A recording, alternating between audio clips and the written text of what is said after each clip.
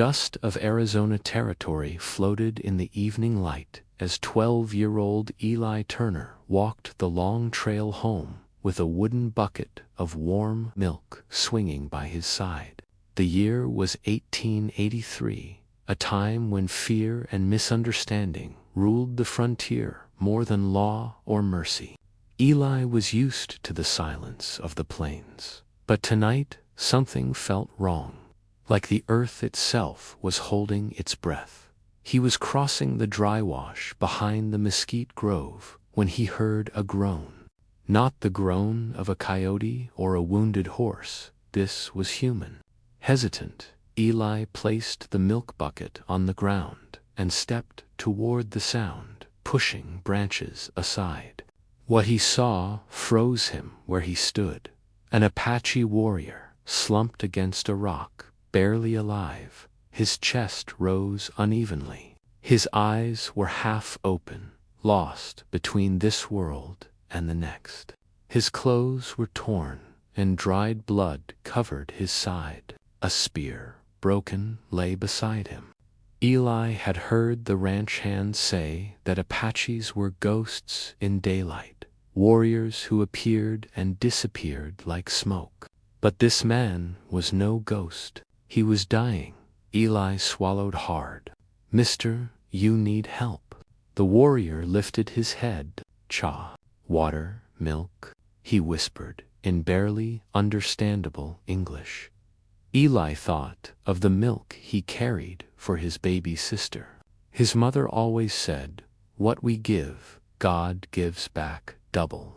So Eli made a decision no one in his town would have dared make. He lifted the bucket, knelt beside the warrior, and gently helped him drink. The Apache's eyes softened. He placed a trembling hand on Eli's wrist. "You, brave, good heart, my people, will know." Eli didn't fully understand, but he nodded anyway. For a moment, the world felt quiet again. He tore a strip from his own shirt and pressed it against the warrior's wound.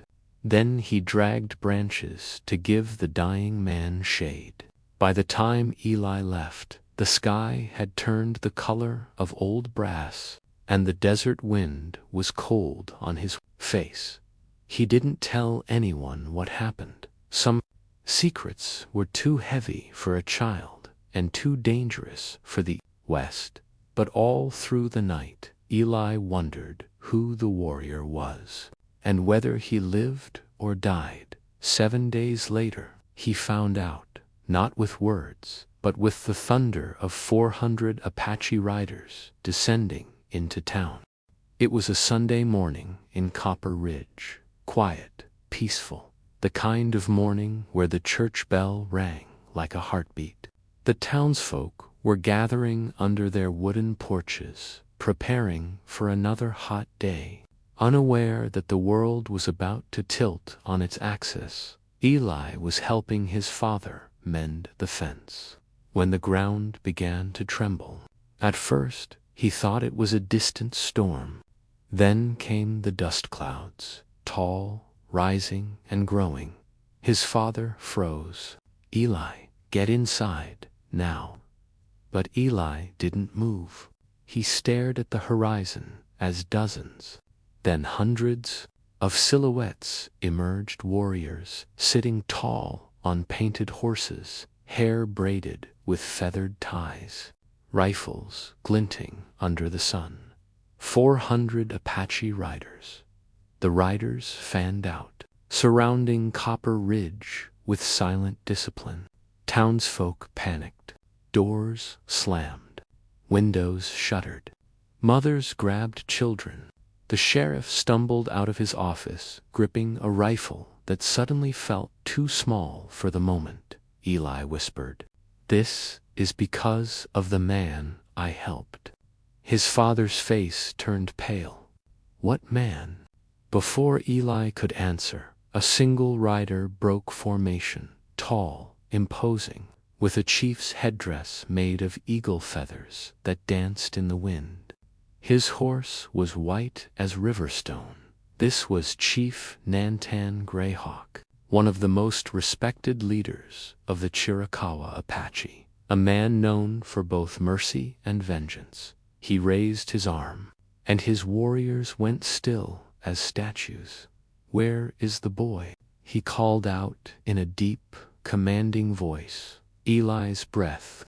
His father grabbed his shoulder. "Don't move." The sheriff stepped forward. "What boy? We ain't done nothin' wrong here." Greyhawk's eyes cut through him. "1 week ago, a child saved the life of my wounded brother, Lone Sparrow. He gave him milk when our enemy left him to die. He gave him hope." Eli's knees felt weak. Lone Sparrow, the dying man from the wash. "He had survived," Greyhawk continued. "We came to repay our debt." Gasps ran through the crowd.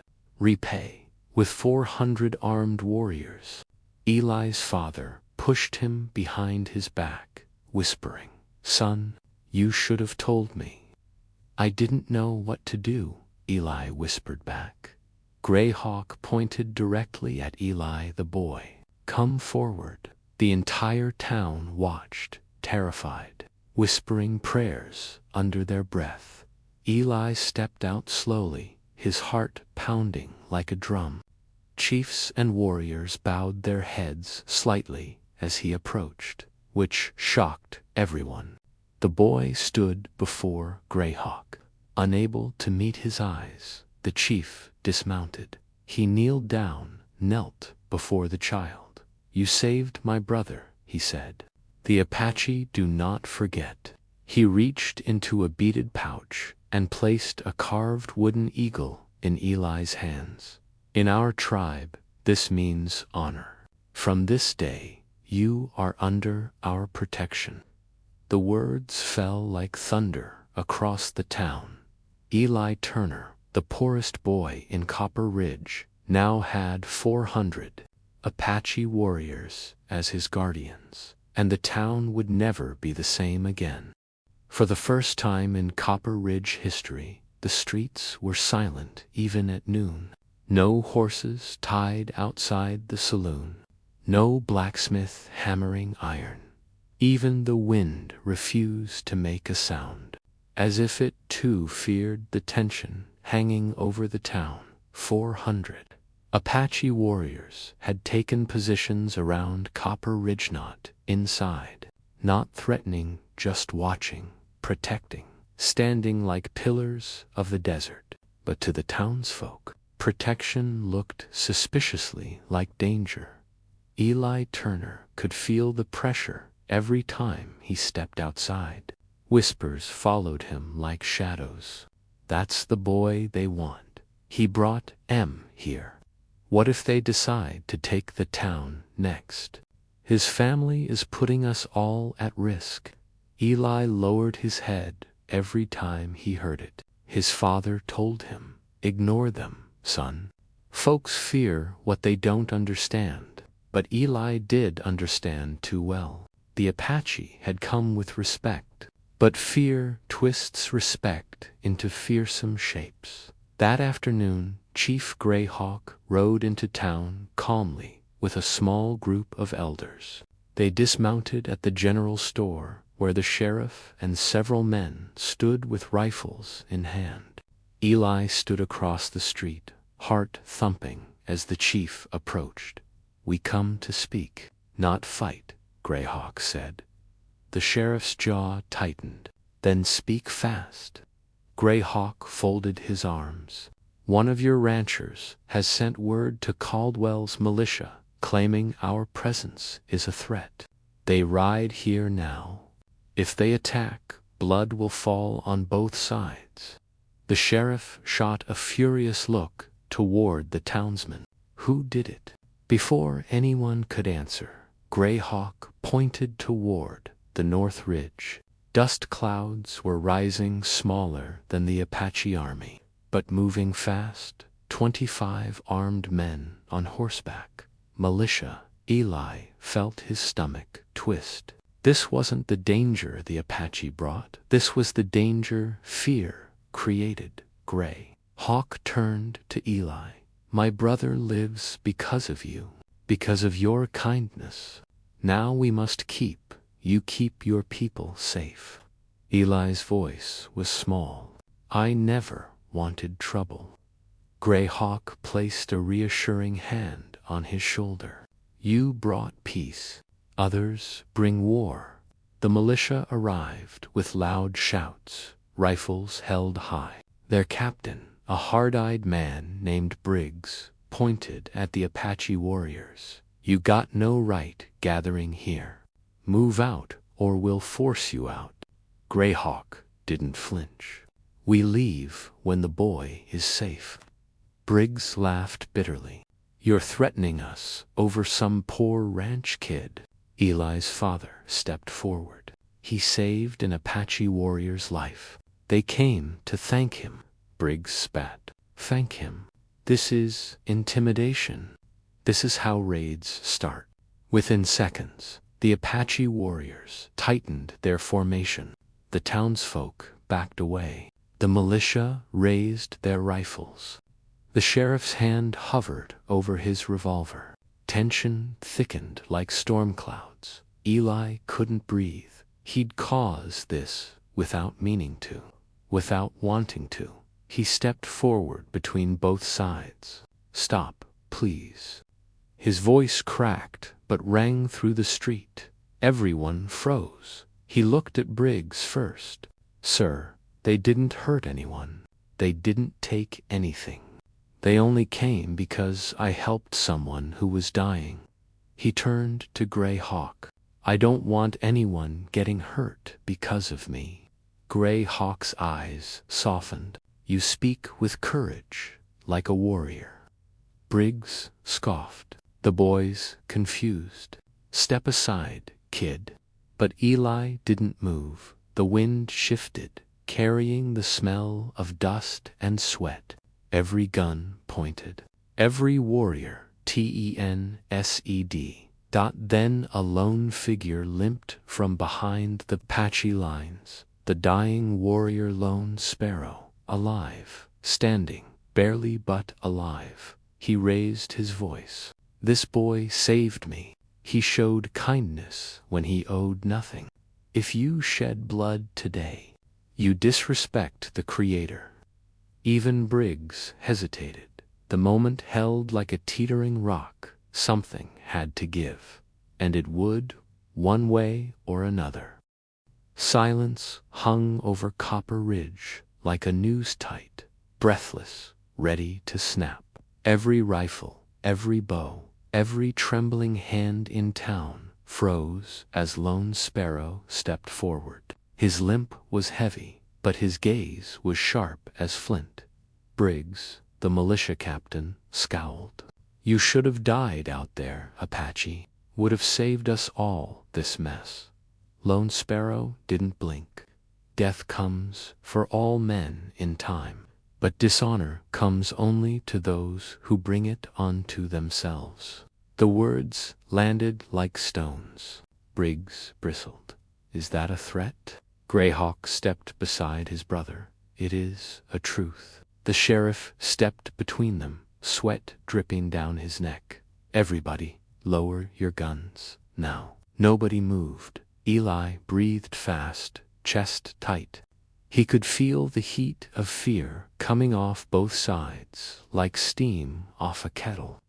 The wrong twitch, the wrong word, and the street would drown in blood. Then Lone Sparrow reached into a small leather pouch tied at his waist. The militia jerked their rifles, ready to fire, but he held up his empty hand calmly. From the pouch, he pulled out the small, torn strip of cloth-Eli's shirt fabric he had used to bandage the Apache's wound. He held it up to the sun. This cloth saved my life, Lone Sparrow said. A boy showed mercy where grown men would show anger. He gave milk, not bullets, kindness, not fear. The wind blew the cloth gently, as if the land itself listened. Lone Sparrow turned to Briggs. You could learn from the child, the crowd murmured. A few townsfolk lowered their heads. Briggs growled. You Apaches think you're better than us. You come riding in like kings, saying you're here to protect a boy. That's not protection, that's a threat. No, Greyhawk said firmly. A threat is what you brought today.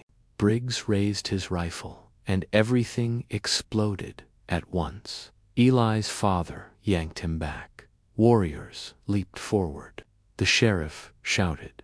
Townsfolk screamed. Rifles cocked. Bows drew. Horses reared. Boots thundered. But before a single shot could be fired, Greyhawk threw himself between both sides, arms wide, roaring, "Stop!" His voice struck through the chaos like lightning splitting a tree. Everyone froze again. Greyhawk turned slowly to Briggs, eyes blazing. If you fire today, you will not only kill Usu, will kill your own town. Violence spreads like fire, and children burn first. Even Briggs faltered at that. The sheriff took his chance and stepped forward. Enough. Nobody fires unless they want to answer to the law. Briggs spat. This is Arizona territory. My men answer to me. Eli trembled, but stepped forward again. Please, Captain Briggs, please, stop. I didn't help that warrior because he was Apache. I helped him because he was hurt. That's all. The words were simple, but they carried the weight of truth, a truth even angry men could feel. Briggs exhaled shakily, lowering his rifle an inch. Not much, but enough. His militiamen waited. The tension broke like thawing ice. Greyhawk looked at Eli with pride. Your courage is greater than any warrior's. Lone Sparrow stepped forward and laid the cloth gently in Eli's hand. My life is yours, little brother. Eli's throat tightened. I'm not anyone's master. Lone Sparrow smiled faintly. No, you are everyone's reminder. The Apache elders murmured among themselves. Then Greyhawk turned to the sheriff.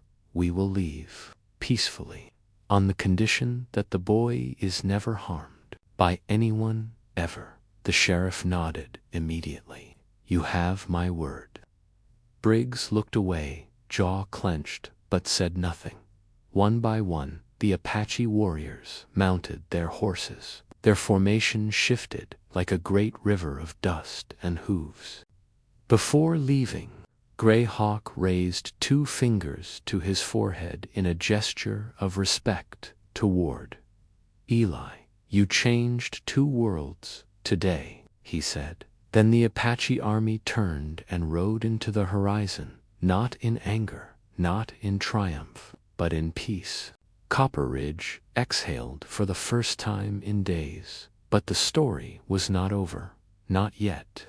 The sun dipped low behind the jagged Arizona hills, casting long amber shadows across Copper Ridge. The Apache warriors had vanished into the horizon like a wind-blown mirage, leaving behind only a stunned silence. No gunshots, no blood, no war.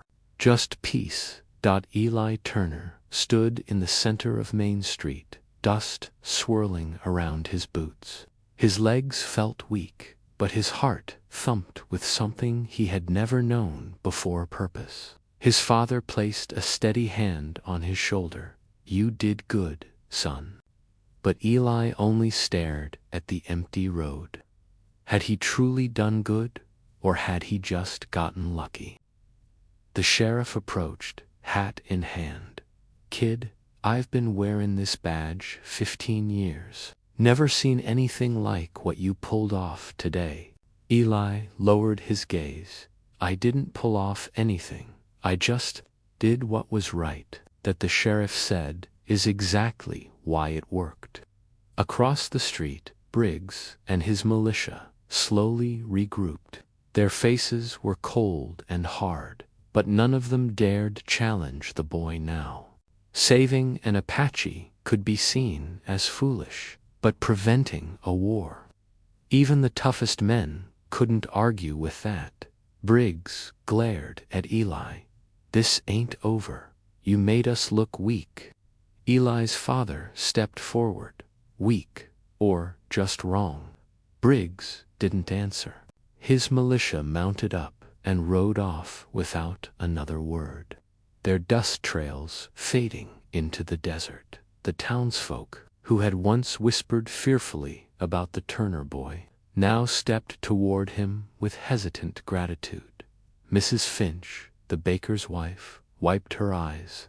"You're a brave child, Eli." The blacksmith nodded. "A boy did what grown men couldn't." Eli's cheeks grew warm. He didn't feel brave. He felt tired, like he had carried the weight of the whole West on his shoulders. But the weight was finally lifting. A visit at SUNSET that evening. Eli sat behind the barn, watching the sky turn pink. Coyotes howled somewhere far off. The desert, usually harsh and unforgiving, looked soft under the fading light. He heard footsteps. Lone Sparrow emerged from the shadows, leaning on a carved walking stick. Eli shot up, surprised. "You're still here." Lone Sparrow smiled faintly. For a moment, Eli looked down. "I'm glad you didn't die." "So am I," the warrior replied gently, "because it allowed me to see the strength of one small boy." Eli shook his head. "I wasn't strong. I was scared the whole time." "Courage," Lone Sparrow said, "is not the absence of fear. It is choosing kindness despite it." He placed something in Eli's hand, a small polished stone, engraved with the Apache symbol for life. "This is for you, a reminder that all good deeds return home." Eli clutched the stone tightly. "Will I see you again?" Lone Sparrow looked to the horizon, where the sky burned orange. "The desert is wide, but paths always meet when hearts remember." Then he stepped back toward the mesquite trees, where a single horse waited. He mounted slowly, wincing from his wound. Before riding away, he said, "You have changed my people's story today, and your own." And with that, he vanished into the twilight as quietly as he had arrived. The legend BG and Nisirs passed, but the story never faded. People traveled through Copper Ridge, asking about the day 400. Apache warriors surrounded a town not to raid it, but to honor a poor boy who carried milk through the desert. Some said Greyhawk called Eli the little brother of eagles. Others said Lone Sparrow told tales of a child whose bravery cooled the flames of war. And Eli, he grew into a man respected by cowboys, ranchers, and tribes alike, a bridge between worlds that had once feared each other. But he never forgot the weight of that wooden bucket, or the warmth of the dying warrior's hand, or the day an entire army rode to repay a single act of mercy on quiet nights.